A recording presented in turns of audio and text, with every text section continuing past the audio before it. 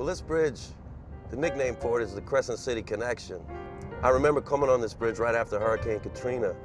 They weren't letting anybody into the city, and I had to kind of finagle my way in.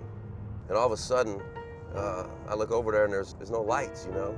It's all completely dark, and it was a very, very strange feeling. And that was nothing compared to what we were about to see, you know, when the sun came up. My primary concern was my family. I wanted to make sure that the people that I knew were safe, because I couldn't contact anybody. I got down here as quickly as I could, and it turned out to be, you know, an experience I won't ever forget. I mean, it was unbelievable, you know. It was chaotic and very frightening, you know. And this is the world famous Bourbon Street, and on the left is the Maison Bourbon.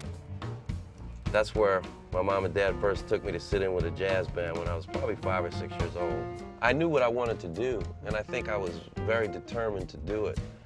And I just loved playing music, and I loved being in front of people. I found throughout my life that the people with the most talent are usually the kindest people, because they have nothing to prove, you know? Where you at? What's up, man? What you say there, baby? That's J.D. Hill. He's one of the first guys who got a house in the Musicians Village. He can play the heck out of that harp, too. You know, I played with people that were around, you know, in the teens and the 20s. But when the music was actually being formed and developed, it's really mind-boggling to think about that. I remember one time, I was 9 years old, and U.B. Blake came to town, and he was 96, and we played I'm Just Wild About Harry, which is a song that he wrote, you know, probably 60 years before.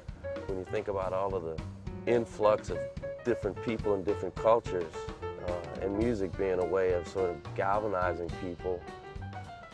And when you take European influence and African influence and Caribbean influence and mix them together, something volatile, I think, is going to happen.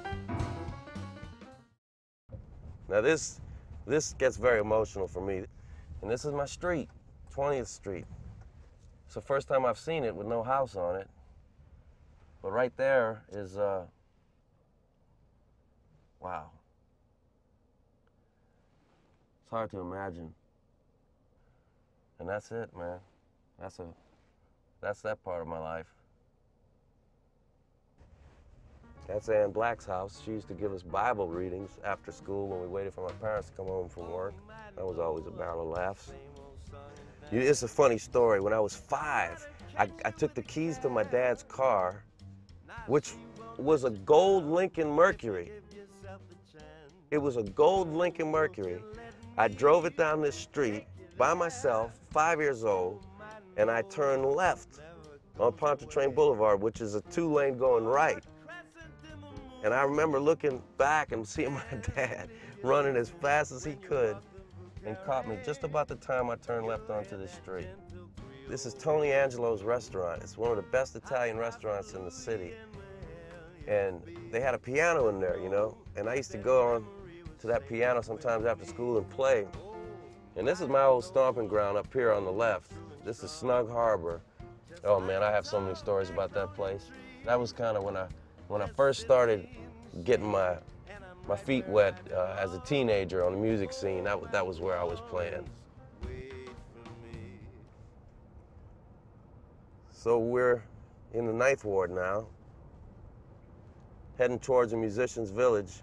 And if you look over and see, there's houses that are still very much in need of repair or to be torn down. This is the New Orleans that people don't really talk about much. I think in a matter of a very short period of time, this whole neighborhood is going to look absolutely beautiful. And I'll tell you exactly why. Because of the Musicians Village. We're coming on it right now. Habitat Musician Village, 150 feet. Look at that. I'm telling you, man, you cannot kill the spirit of these people down here. You can throw anything you want at them, but they're going to keep coming back.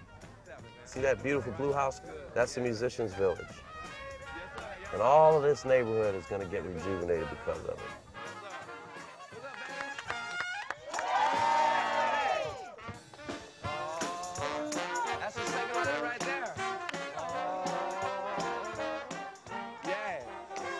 second line. Yes, sir. Yes, sir. What's happening? What's happening? What's happening, fellas? How y'all doing, man? What's happening? How them crawfish? They pretty good? What's happening, man? Right. Hey, man, that's what I'm talking about right here. Oh, look out. Yeah. This how you do it. Pinch the tail, suck the head, pull out the tail. That's what I'm talking about. That's New Orleans for you right there. Thanks, babe. How you feel, all right? Yeah. That's what I'm talking about. Man, the rubbers ain't it, man. What's up, man? Yeah. Hey, laissez les bon temps rouler. Let the good times roll. My dream is to see the good times rolling again in my hometown. Laissez les bon temps rouler. How you doing? I'm crawfish pretty good. Did a good job?